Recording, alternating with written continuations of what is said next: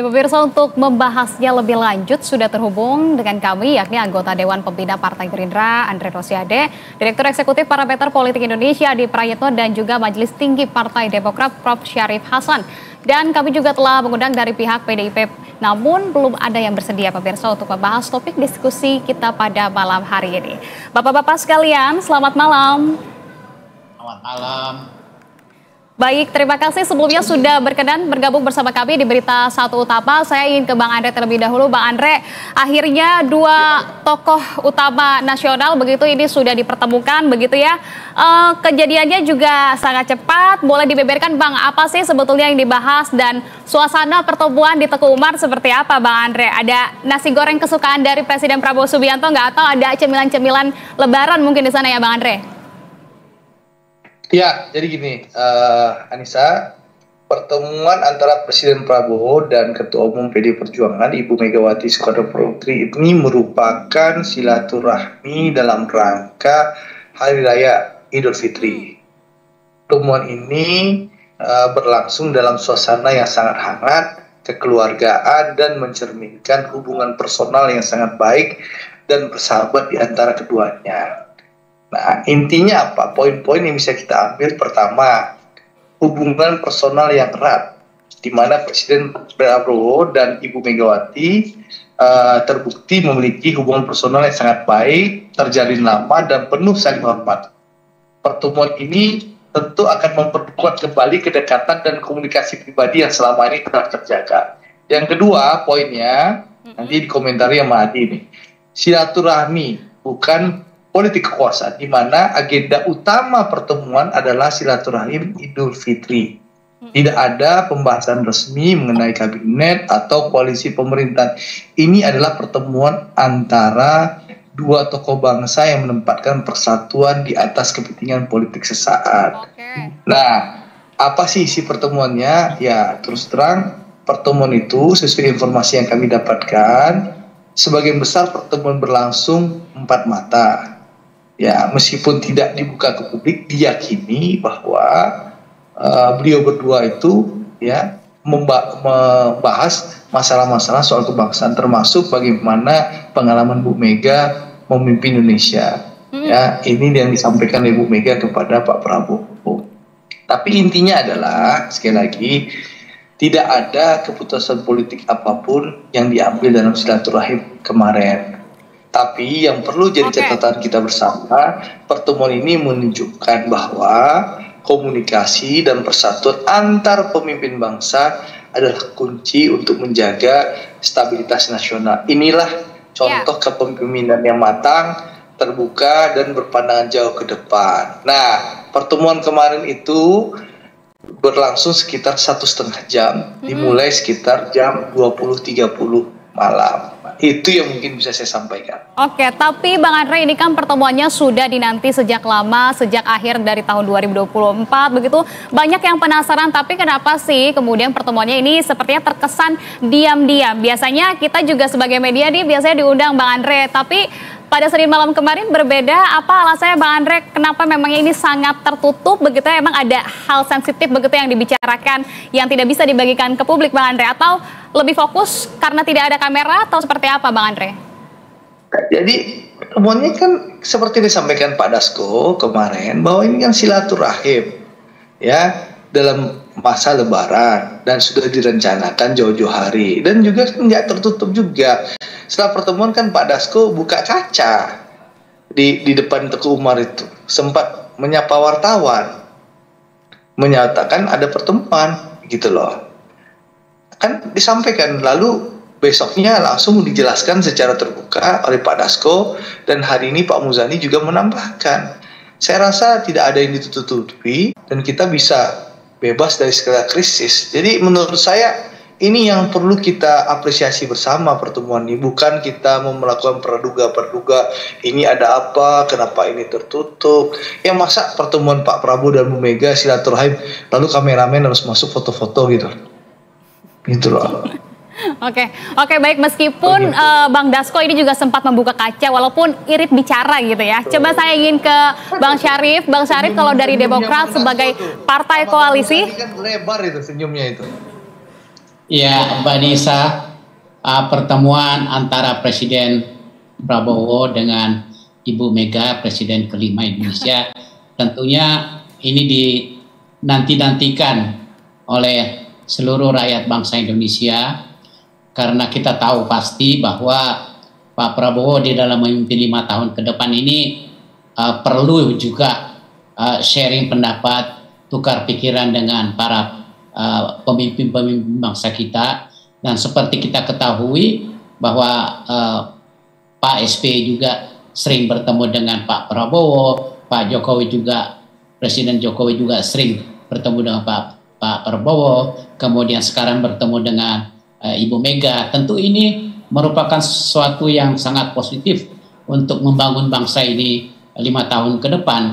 Seperti kita ketahui, bangsa kita adalah termasuk bangsa yang sangat besar, penduduknya nomor 4 sedunia, dengan komposisi kita juga tahu pasti kemiskinannya masih 9%, pengangguran yang juga masih cukup tinggi, dan ini ditambah lagi dengan kondisi geopolitik internasional, khususnya kebijakan Amerika yang sangat tentunya perlu diantisipasi oleh pemerintahan Presiden Pak Prabowo. Dan ini Pak Presiden kita menyadari bahwa dengan meningkatnya komunikasi dengan presiden-presiden Indonesia sebelumnya, tentunya akan memperkaya wawasan, memperkaya pengalaman dalam membangun bangsa ini ke depan yang tentunya lebih baik. Nah, seperti ingin saya tegaskan kembali bahwa pertemuan ini sangat positif dan saya pikir tepat sekali, momennya sangat tepat. Ya, pertama adalah momennya Idul Fitri, kemudian momennya adalah geopolitik sekarang ini sangat dinamis sekali. Nah, di sisi lain, ekonomi regional kita juga perlu dilakukan suatu pembenahan yang lebih stabil, sehingga kita siap untuk menghadapi ekonomi global yang sangat dinamis itu. Dan kalau Pak Presiden Prabowo menyadari kalau pemimpin-pemimpin ataupun presiden kita sebelumnya bisa memberikan kontribusi yang positif, nah itu sangat bagus buat bangsa, dan itu hanya bisa dilakukan apabila komunikasi di antara mereka itu sangat intens dan tentunya sangat secara kontinu bisa berlangsung dengan baik. Nah, ini artinya bahwa dapat dipastikan bahwa rakyat Indonesia sangat menyambut positif pertemuan-pertemuan seperti itu. Jadi tentunya kita berterima kasih karena pemimpin kita menyadari bahwa ini semuanya untuk kepentingan bangsa dan negara kita yang besar ini. Saya pikir itu Mbak Nisa. Sama dengan partai koalisi lain yang menanggapi positif, begitupun dengan Demokrat menanggapi positif. Saya ingin ke Mas Adi untuk bisa membaca sinyal-sinyal yang ada. Dari kacamata pengamat, Mas Adi, pertemuan ini lebih ke arah silaturahmi beneran atau silaturahmi politik nih Mas Adi menurut Anda? Ya, saya kira Anissa, ini soal pertemuan politik biasa, ini soal silaturahmi antara Presiden Republik Indonesia Pak Prabowo Subianto dengan Megawati Soekarno Putri. Kenapa ini ramai diperbincangkan? Ya karena memang selama ini seakan-akan ada jarak psikologis yang kemudian tidak bisa mempertemukan keduanya. Sekalipun publik tahu bahwa Prabowo Subianto ini memiliki hubungan yang cukup baik dengan semua pihak termasuk dengan Megawati, tapi satu-satunya mantan presiden yang sampai kemarin belum bisa bertemu itu hanyalah Megawati Soekarno Putri. Jadi wajar kalau kemudian sebenarnya ketika pertemuan itu terjadi kemarin malam Pak Prabowo ke rumah Mbak Megawati, itu kemudian menjadi diskursus. Nah, yang kedua yang menarik adalah dari segi komunikasi dan pesan politik. Ketika Presiden Republik Indonesia, orang penting, mendatangi rumah Megawati, itu bukan perkara gampang. Itu adalah soal kerendahan hati dari seorang pemimpin di Republik Indonesia berkunjung dan kemudian bersilaturahmi dengan mantan presiden juga, namanya Ibu Megawati Soekarno Putri. Biasanya di negara kita justru kediaman presiden lah yang sebenarnya perlu didatangi oleh siapapun, termasuk oleh mantan presiden terdahulu. Tapi Prabowo Subianto menunjukkan sejak jadi presiden berkunjung dengan Jokowi, berkunjung dengan Megawati, dan juga berkunjung dengan Pak SBY. Bagi saya ini adalah sebagai bentuk dalam tanda kutip ya, kebersahajaan seorang pemimpin yang saya kira memang harus dilestarikan. Makanya saya membaca ini kan menunjukkan betapa Prabowo itu memang ingin memperluas bagaimana jaringan komunikasinya dengan elit-elit yang sekalipun itu berseberangan itu terus terbangun.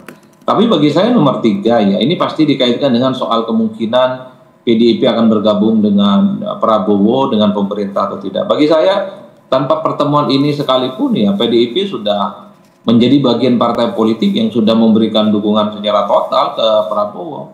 Per hari ini misalnya begitu banyak keputusan-keputusan politik pemerintah di mana PDIP itu kelihatan paling depan memberikan dukungan politiknya. Soal kenaikan PPN 12%, PDIP mendukung secara total. Soal program makan bergizi gratis, PDIP juga mendukung secara penuh. Dan bahkan revisi Undang-Undang TNI yang begitu banyak diprotes, kemudian dikritik, bahkan didemo oleh berbagai kalangan, PDIP menjadi corong bagaimana undang-undang ini sudah disahkan dan kemudian diberikan secara total. Artinya apa?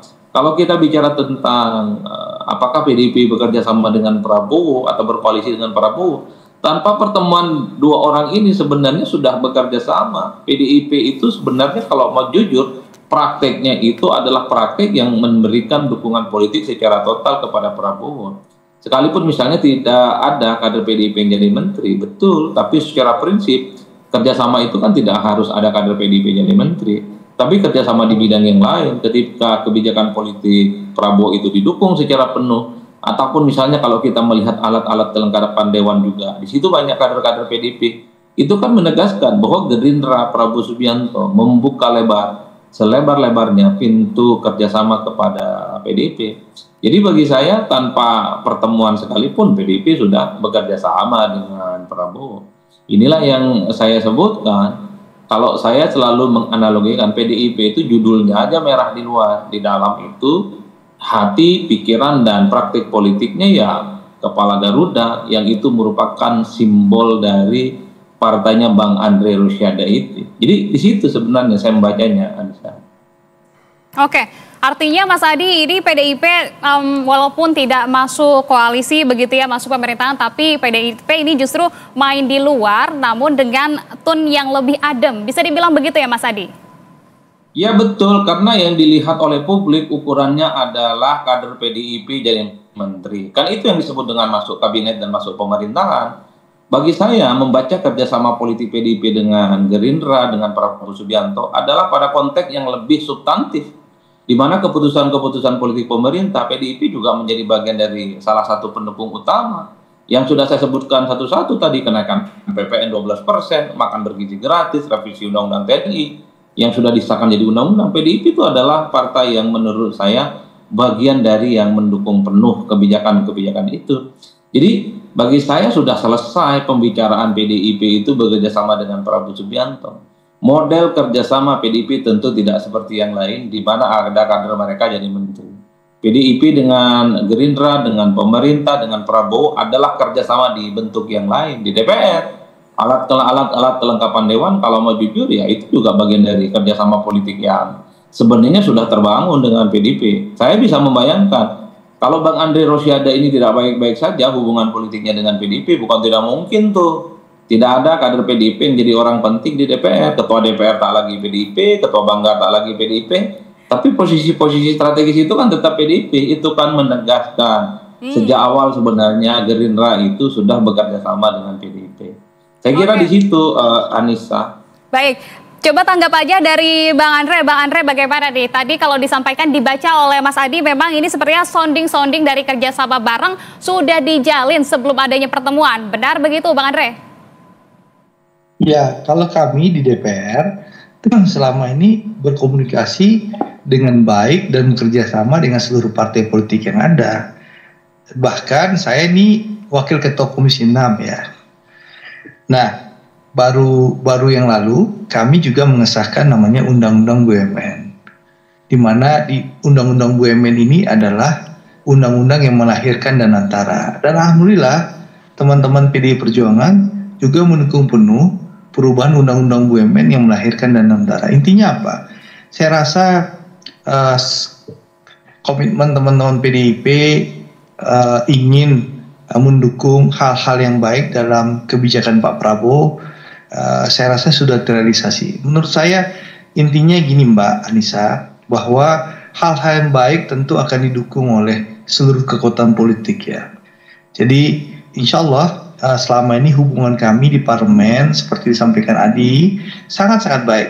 Pak Sarif sangat tahu lah betapa parlemen ini guyup, bersama-sama ingin membantu pemerintah dan merangka agar target-target yang diharapkan oleh pemerintahan Pak Prabowo, pertumbuhan ekonomi sampai 8%, semua program bisa terwujud, ya kita akan dukung sama-sama. Dan alhamdulillah sampai saat ini ya teman-teman PDIP sangat objektif, sangat rasional, dan memberikan dukungan kepada hal-hal yang baik terhadap pemerintahan Pak Prabowo. Tentu kami sangat mengapresiasi hal-hal seperti ini.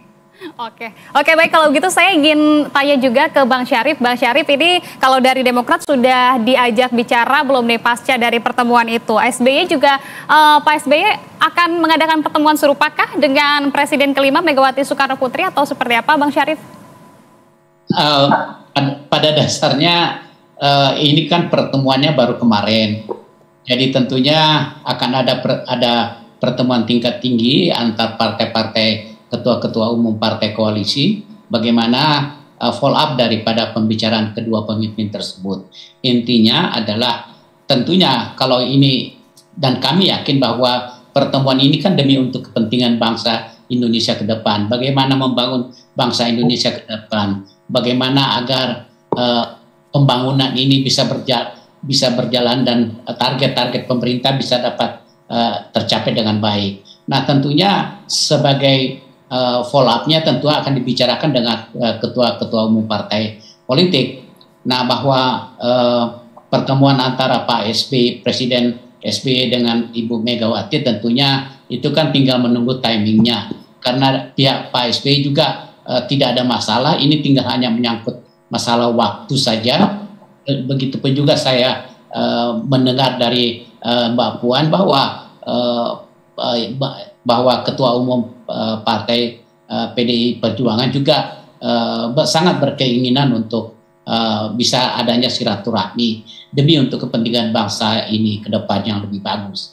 Intinya apabila semua pemimpin bangsa ini bisa guyup dan bisa selalu sharing bersama, brainstorming bersama, karena masing-masing kan memiliki pengalaman yang dan sejarah yang bisa menjadi bahan input dan bagaimana agar membangun bangsa ini ke depan yang lebih bagus. Nah, Pak Prabowo menyadari itu sehingga kita bisa melihat bahwa hampir dipastikan bahwa semua mantan-mantan presiden itu sangat mendukung Pak Presiden Prabowo Subianto di dalam hal bagaimana agar program-program yang bisa berjalan dengan bagus. Dan intinya kalau ini dapat terwujud maka tentunya kepentingan rakyat yang akan menjadi terwujud dengan baik. Dan justru itu saya katakan tadi pertemuan antara Presiden Prabowo Subianto dengan Presiden Ibu Megawati ini sangat direspon positif oleh rakyat, khususnya juga kami dari Partai Demokrat sangat merespon positif. Nah lagi-lagi kami juga mengharapkan agar pertemuan-pertemuan seperti ini akan menjadi suatu tradisi yang positif bagi bangsa kita. Saya pikir. Ya. Baik Mas Adi, terakhir Mas Adi, ini santer juga bahwa mantan-mantan presiden begitu ya, presiden terdahulu untuk kemudian nanti akan bertemu juga. Kalau menurut Anda apakah pertemuan ini akan terwujud, terutama dengan sudah bertemunya Presiden Prabowo Subianto dengan Presiden kelima Megawati Soekarno Putri untuk menjembatani mungkin menjadi penengah pertemuan antara Presiden Megawati dengan Presiden Joko Widodo, akan tercapai tidak pertemuan dari para presiden terdahulu ini, Mas Adi? Ya sebenarnya kalau mau jujur, pertama, apa urgensinya mantan-mantan presiden itu saling bertemu? Karena saya kira memang per hari ini konfrontasi politiknya kan tidak terlampau kelihatan. Mungkin dulu efek pilpres, ada residu, ada pertentangan, ada resistensi, pertemuan antar elit menjadi penting. Per hari ini, saya kira secara prinsip Prabowo Subianto itu memiliki hubungan yang cukup baik dengan mantan-mantan presiden sebelumnya. Berhubungan baik dengan Pak Jokowi, dengan Pak SBY, dengan Megawati Soekarno Putri, sehingga tidak ada gejolak-gejolak apapun yang terjadi di negara kita. Karena ada satu keyakinan Kalau stabilitas politik itu sudah terjadi, sudah terwujud, maka ada kemungkinan soal bagaimana pertumbuhan ekonomi, perbaikan ekonomi itu akan menjadi sebuah niscaya, tinggal nunggu waktu. Oleh karena itu, itulah yang saya sebutkan, apa untungnya mantan-mantan presiden itu saling bertemu, toh juga tidak ada jaminan akan menyelesaikan persoalan-persoalan kebangsaan. Tapi karena di negara kita itu adalah praktik politiknya adalah politik kekeluargaan, politik gotong royong, sangat nyaman sebenarnya kalau mantan presiden itu saling bertemu, saling berkumpul, bertukar pikiran apa yang kira-kira bisa dikontribusikan untuk mensupport Presiden Republik Indonesia saat ini, Pak Prabowo Subianto. Jadi di situ Anissa perbincangannya, apalagi misalnya kita tahu bahwa Pak Prabowo itu dinilai sebagai presiden yang kemudian bisa menjadi bridging, yang bisa menjembatani pertemuan mantan-mantan presiden sebelumnya yang publik tahu di mana mantan presiden sebelumnya ini kan kalau mau jujur ya sulit untuk duduk satu forum dan satu pertemuan. Bayangkan Pak Jokowi dengan Mbak Mega bertemu itu bagi saya sampai kiamat kok kayaknya susah gitu ya. Jangankan dengan Pak Jokowi, membayangkan Megawati misalnya bertemu mesra dan akrab kembali dengan PSBY rasa-rasanya sulit, Mbak Anissa. Tapi saya selalu meyakini bahwa siapa tahu di kemudian hari ada hati yang selama ini beku itu kemudian bisa cair dan saling bersilaturahmi kembali. Itu harapan besarnya. Jikapun tidak terjadi ya apa boleh buat. Yang penting Pak Prabowo itu sudah memiliki hubungan yang baik dengan mantan presiden sebelumnya. Baik, oke. Diharapkan kehadiran dari Presiden Prabowo Subianto ini dapat mencairkan dari hati-hati yang beku tadi ya. Kalau menurut Mas Adi, Pak Adi terima kasih banyak atas pandangannya dan juga Bang Ade maupun Bang Syarif terima kasih banyak atas waktunya. Selamat malam Bapak-Bapak sekalian, salam sehat selalu. Assalamualaikum. Mas Adi, Mas Andre.